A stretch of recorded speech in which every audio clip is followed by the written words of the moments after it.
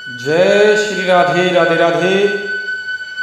प्रिय बंधुओं, प्रिय साथियों, आज बहुत ही सुंदर प्रश्न पूछा गया है और वो प्रश्न इस प्रकार है कि बताइए जी, वृंदा कौन थी और वृंदा का विवाह किसके साथ हुआ, तथा ऐसा बताते हैं कि वृंदा का शाप था जिसके कारण राम जी को सीता वियोग में रोना पड़ा। तो साथियों, ये प्रश्न पूछा है जिसके कारण इसमें कई प्रश्न हैं। आपके प्रश्न का उत्तर देने के लिए हम जा रहे हैं। साथियों, अगर हमारे चैनल पर आप नए हैं, सब्सक्राइब नहीं किया तो कर लीजिए। साथियों, हम जो भी बात बताते हैं शास्त्रोक्त बताते हैं, प्रमाणित बताते हैं। कोई भी विद्वान कभी भी कोई भी बात पूछ सकता है, मनगढ़ंत कोई बात नहीं होती। साथियों, यही हमारे चैनल की पहचान है। साथियों, आपने जो प्रश्न पूछा है वृंदा का चरित्र, तो साथियों हम आपको वृंदा का चरित्र सुनाने के लिए जा रहे हैं कि वो वृंदा का चरित्र क्या था, वृंदा कौन थी और वृंदा का विवाह किसके साथ हुआ। ये सब बातें हम साथियों बताने के लिए जा रहे हैं, क्योंकि वृंदा के बारे में बहुत से लोगों ने कभी कुछ चैनल पर ऐसे उल्टे सीधे चीज डाल रखी हैं जो ईमानदारी नहीं दिखाई देती है। कोई कुछ कहता है, कोई कुछ कहता है साथियों, लेकिन हम जो कहते हैं वो ईमानदारी से कहेंगे। और आप हमारी इस वीडियो को प्रमाण के साथ में कह सकते हैं, और कोई नहीं मानता है कहाँ शास्त्र में लिखा है, तो जरूर साथियों हम आपको प्रमाणित करेंगे। चलते हैं साथियों वृंदा के चरित्र की ओर। साथियों, सबसे पहले तो मैं यहाँ से बात शुरू करूँगा कि जो जलंधर था वो शंकर जी के क्रोध से उत्पन्न हुआ था। क्रोधाग्नि उत्पन्न हुई। जो इंद्र और बृहस्पति शिव जी के दर्शन करने के लिए जा रहे थे, तो शिव जी ने इंद्र की परीक्षा लेना चाहा और उल्टा सीधा कहा इंद्र ने शिव जी को। तो उस समय शिव जी की क्रोधाग्नि उत्पन्न हुई। बृहस्पति जी के स्तुति करने पर, क्षमा मांगने पर शंकर जी ने अभयदान दिया और कहा कि अब क्या करूं इसका, अब तो निकल चुकी है क्रोधाग्नि। बृहस्पति जी ने कहा कि आप इस अग्नि को लवण सागर में डाल दीजिए। शंकर जी ने उस क्रोधाग्नि को लवण सागर में डाला तो उससे एक बालक पैदा हो गया, जल से उत्पन्न हुआ। और ब्रह्मा जी ने उसको हाथ में लिया तो ब्रह्मा जी का गला पकड़ लिया। तो ब्रह्मा जी को गला पकड़ते ही आंखों से आंसू निकले, उसको धारण कर लिया। इस कारण से ब्रह्मा जी ने उसका नाम जलंधर रख दिया। कथा बहुत लंबी है साथियों, क्योंकि वृंदा चरित्र ही के ना, जलंधर का तो अलग कहेंगे, तो यही संक्षिप्त में चलेंगे साथियों। क्योंकि ब्रह्मा जी ने उसका नामकरण भी रखा जलंधर और कहा इसको शिव जी के सिवा कोई और नहीं मार सकता, दुनिया का अद्वितीय विजेता योद्धा होगा। इस तरीके से जलंधर नाम रखा। और वहां पर समुद्र को पता चला कि मेरा पुत्र बड़ा हो गया है, इसका विवाह करना चाहिए। तो समुद्र ने जलंधर का विवाह कालनेमी की पुत्री वृंदा से कर दिया। साथियों, वृंदा से कर दिया। वृंदा बड़े आनंद से रहने लगी। और ब्रह्मा जी ने जलंधर को एक और वरदान दिया था तपस्या करते समय कि जब तक तुम्हारे गले में ये कवच है तब तक तुम्हें कोई नहीं मार सकता, और तुम्हारी पत्नी जब तक सती है तब तक तुम्हें कोई नहीं मार सकता। उस तरीके से साथियों वरदान दिया ब्रह्मा जी ने।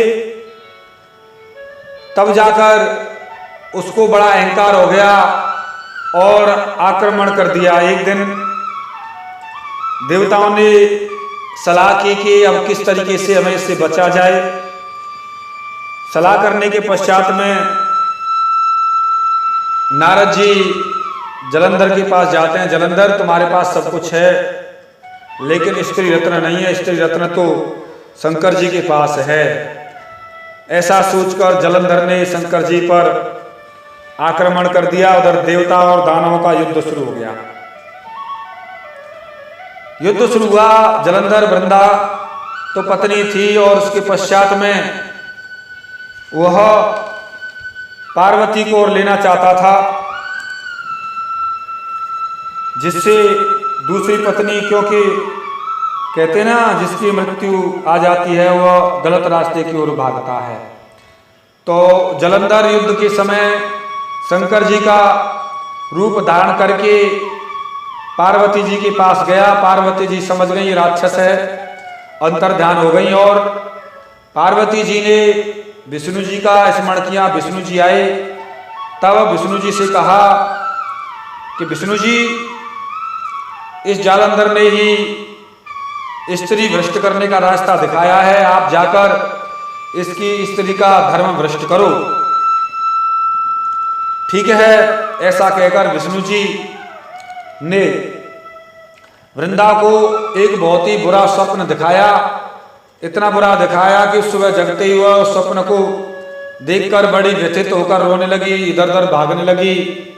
बगीचे में जैसे ही जाती है, उधर देखा, उससे पहले वहां पर विष्णु जी ही एक सिद्ध महात्मा का रूप धारण करके वहां बैठे थे बगीचे में साधनस्थ।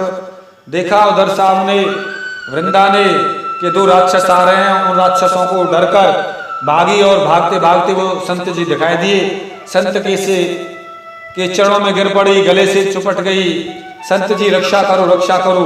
संत जी ने उन राक्षसों को हुंकार से भगा दिया। अब वृंदा जोर जोर से रोने लगी, संत जी मेरे पति कैसे हैं?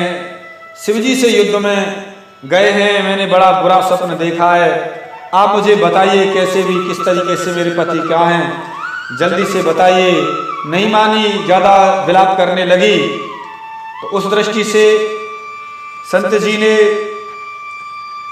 आकाश की ओर देखा तो दो बानर आए और बानरों ने दंडवत की और फिर इशारे से चले गए। कटे हुए उस माया के जालंधर को उठाकर लाए। वो जोर से रोने लगी और कई बार तो बेहोश हो गई। अंत में सभी बातों की जड़ यही निकली मूल के वृंदा के कहने से वो माया भी स्वयं ही भगवान विष्णु थे और जलंधर के रूप में प्रकट हो गए, मतलब जिंदा कर दिया। और स्वयं विष्णु ही जलंधर के रूप में आकर उसके पास रहने लगे और रहते रहते रहते बहुत दिन हो गए। एक दिन उससे वित्तक्रम फूल हुआ, मान के बताइए जी आप कौन हो? अभी साप देती हूं। साप के डर से विष्णु जी सामने प्रकट हो गए। तब जाकर वृंदा जोर से रोने लगी कि तुमने बहुत बुरा किया, मेरे पति को मार डाला, मैं तुम्हें साप देती हूं, जाओ। तुमने जो दो राक्षस दिखाए थे वे तुम्हारी स्त्री का अपहरण करेंगे और तुम भी स्त्री के दुखों से पीड़ित होकर इस शेष के साथ में वन वन घूमोगे और रोगे स्त्री के वियोग में। और जो बंदर थे वो तुम्हारी सहायता करेंगे और इसी रूप से तुम्हें जन्म लेना पड़ेगा। और ऐसा कहकर वृंदा अग्नि में प्रवेश कर गई। वृंदा ने शाप दे दिया विष्णु जी को, शाप दे दिया बहुत भयंकर। इसी दृष्टि से विष्णु जी ने बड़ा प्रेम किया था और विष्णु जी जिस अग्नि में वृंदा शरीर समाप्त कर दिया था उसी अग्नि में विष्णु जी वृंदा की भस्म लगाते रहते थे, रोते रहते थे, हे मेरी प्यारी। लोगों ने, ऋषि मुनियों ने समझाया, अरे क्या करते हैं विष्णु जी, आप चलिए यहां से। लेकिन नहीं, वो उससे इतना प्रेम हो चुके थे, बड़े यत्न से मोहित हो चुके थे, आत्मसमर्पण कर चुके थे। वृंदा के सौंदर्य से विवश होकर विष्णु जी ने माया में मोहित होकर उसकी चिता भस्म लगाकर वहीं रहते थे, रोते रहते थे और चिता की भस्म लगाते थे। मेरी प्यारी, तू मेरे शरीर में रम जा, तू मेरी प्रिया है, इतना प्रेम करते थे कि उसकी चिता की भस्म लगाते थे विष्णु जी। वृंदा के साथ में देर रात रोते रहते थे। वहीं सभी ने समझाया लेकिन नहीं समझे। अंत में सभी देवता शंकर जी के पास गए और बोले, महाराज ये विष्णु जी को क्या हो गया है, वृंदा की भस्म लगाकर दिन भर वहीं रहते हैं, कोई तरीका बताइए इनका मोह कैसे भंग हो। तो शंकर जी ने कहा, आप शक्ति की पूजा कीजिए, शक्ति की आराधना कीजिए और जब शक्ति आएंगी वो रास्ता बताएंगी।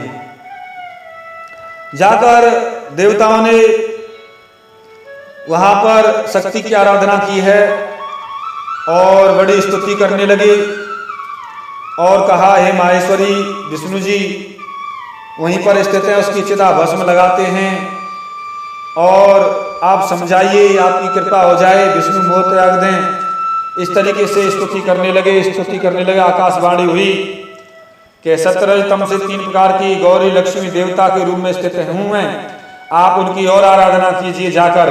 तब जाकर देवताओं ने लक्ष्मी और गौरी और सरस्वती की, तीनों की आराधना की। जब जाकर वहां पर 3 देवियां प्रकट हुई और 3 देवियां प्रकट हुई सामने, और देवियों ने कहा, देवताओं लीजिए ये बीज, जहां पर विष्णु बैठे हैं वहां जाकर इनको बोकर आओ, ऐसा करने से आपका कार्य सिद्ध हो जाएगा।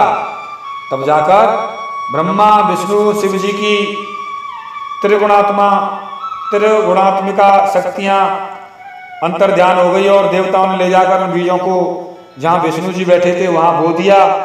और जो शक्ति के अंश से बीज स्मरण कर बोया था, तो वहां वृंदा की चिता वाली भूमि में बीज बो डाले तीनों ही, और वहां पर 3 पौधे उपजे और 3 पौधा अलग अलग थे, धात्री, मालती और तुलसी। यहाँ पर साथ ही बताया तुलसी की उत्पत्ति भी कैसे हुई थी। एक ये भी कारण है और अन्य भी कारण है।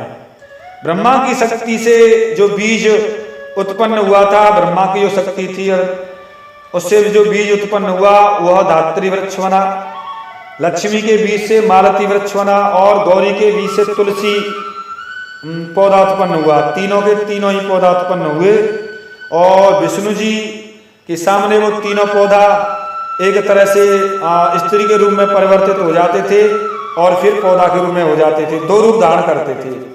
तो तुलसी और धात्री भी उन्हें प्रेम से देखने लगी और लक्ष्मी की माया से जो पौधा उत्पन्न हुआ था वह उसमें ईर्ष्या करने लगी वो स्त्री, और वह भरभरी बनकर निंदित हुई, वो बेरिया बनी। लेकिन धात्री और तुलसी जो वृक्ष थे वो स्त्री रूप में आकर विष्णु जी को प्रिय लगने लगी और विष्णु जी के साथ में लेकर बैकुंठ चले गए, मोह भंग हुआ। तो साथियों, यहाँ पर जो बात बताई, तुलसी जो पौधा उत्पन्न हुआ था, तुलसी गणेश जी को छोड़कर सभी देवताओं को प्रिय है, सभी पर चढ़ाई जाती है। तो साथियों, यहाँ पर हमने वृंदा का चरित्र आपको सुनाया। वृंदा कौन थी? कालनेमी की पुत्री थी। और वृंदा के साथ में क्या क्या था, कैसे कैसे था, क्या वृंदा का चरित्र था, क्यों शाप दिया था। साथियों, ये पूरा वृतांत हमने आपको सुनाने का प्रयास किया है। अगर आपको कोई चीज़ समझ नहीं आती है जरूर कमेंट करें और पूरी बात बताएंगे। अन्य जो कहते हैं लोग कि इस तरीके से शिव जी पर ये नहीं होता है, ये नहीं, तुलसी नहीं, वो नहीं, वो सारी गलत चीज़ें साथियों। शिव जी पर तुलसी चढ़ाई जाती है, वृंदा का इसमें कोई अलग से कुछ नहीं है, गलत कहते हैं लोग। तो साथियों, वृंदा का जो चरित्र था हमने सुनाने का प्रयास किया है। तो साथियों, मिलते हैं किसी एक विशेष गहरे रहस्य के साथ में। तब तक के लिए जय श्री राधे राधे राधे, जय श्री राधे राधे राधे राधे राधे, जय श्री राधे।